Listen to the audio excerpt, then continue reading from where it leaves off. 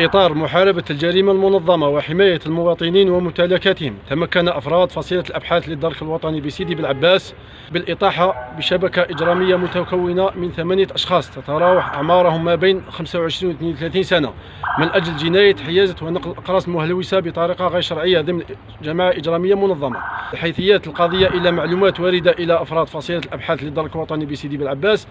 تفيد بوجود شبكة تقوم بالمتاجرة بالمخدرات والأقراص المهلوسة.